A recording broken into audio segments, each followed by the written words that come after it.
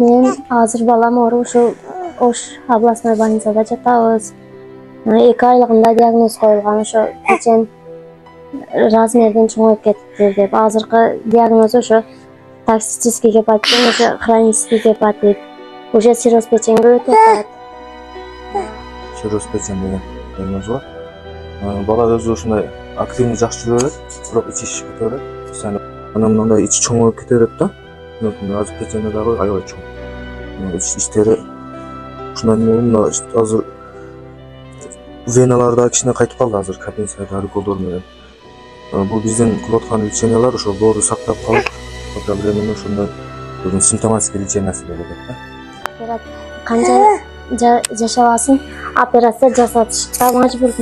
Лечения алган менен жакшы болбойт экен.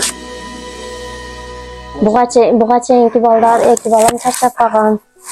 Алардагы диагнозу ошондой. Бири ошо легочный кровотечение, ар кандай диагноздор менен көп жашашкан эмес. Эми ушул жалгыз балам сактап калышка жардам беришет деп санайм.